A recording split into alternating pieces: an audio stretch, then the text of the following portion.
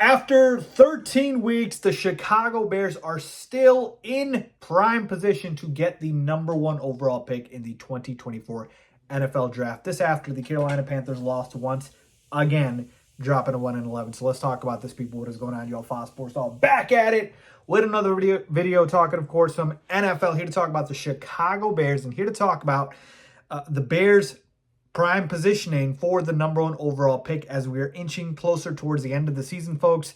Only got about 5 more weeks left, and the Panthers are 1-11 and have become the first team to officially be eliminated from playoff contention. Believe it or not, they were still somehow mathematically in it in that division. That is just how porous the NFC South is. So the Panthers lost to the Bucs. And really, the bigger news, even more so than the Panthers losing, is the Cardinals winning, because now the Cardinals have 3 wins. And to me, now it's just between the Panthers and the Patriots for that number one overall pick. All right. Now, obviously, we want the Panthers to get it because of the fact that the Bears, of course, have the Panthers pick. Now, taking a look at the schedule for these two teams for the remaining 5 weeks, the Panthers have a much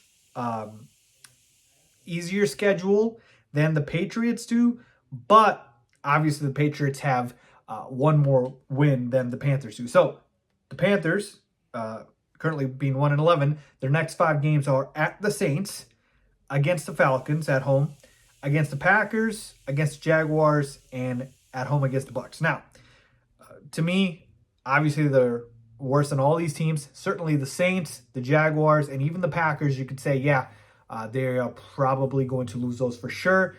Maybe give them a shot against the Falcons just because their offense is so anemic and Desmond Ridder really doesn't scare anybody. And then Tampa Bay was a close game, again, early on, and then obviously they got away. So maybe they got a shot there. But, you probably would pick them to lose all of those games. Now, taking a look at the Patriots, they, again, being 2-10, take on the Steelers on Thursday Night Football. Now, the Steelers game, they could win that for sure because again, the Steelers' offense is terrible, and Mitchell Trubisky is actually going to be the starting quarterback for the foreseeable future because Kenny Pickett suffered an injury. And so, hey, it's a Thursday night game. I don't think it's crazy to think the Patriots could win that. But let's say they do lose, then they got the Chiefs in Kansas City, Denver in Denver, Buffalo in Buffalo, and then to top it off with the Jets. Now, the Jets obviously aren't all that, but they do have a very stout defense. So the Patriots certainly have 3 very tough games, and then the Steelers game and the Jets game, maybe they got a shot. Ultimately, folks, I still do think the Panthers are in the driver's seat to give us the number 1 overall pick, and I'm assuming my prediction is we do end up with that number 1 overall pick, folks. And I got to tell you, this is Ryan Poles hitting it out of the park once again, man. The fact that he is going to have another number 1 overall pick after trading it last year to the Panthers. And look, I don't care what anybody says, this is the biggest decision of Ryan Poles' career, what he decides to do with this number 1 overall pick, whether he keeps it and drafts a quarterback and decides to obviously turn the page from Justin Fields, or whether he decides to trade the pick and build around Justin Fields.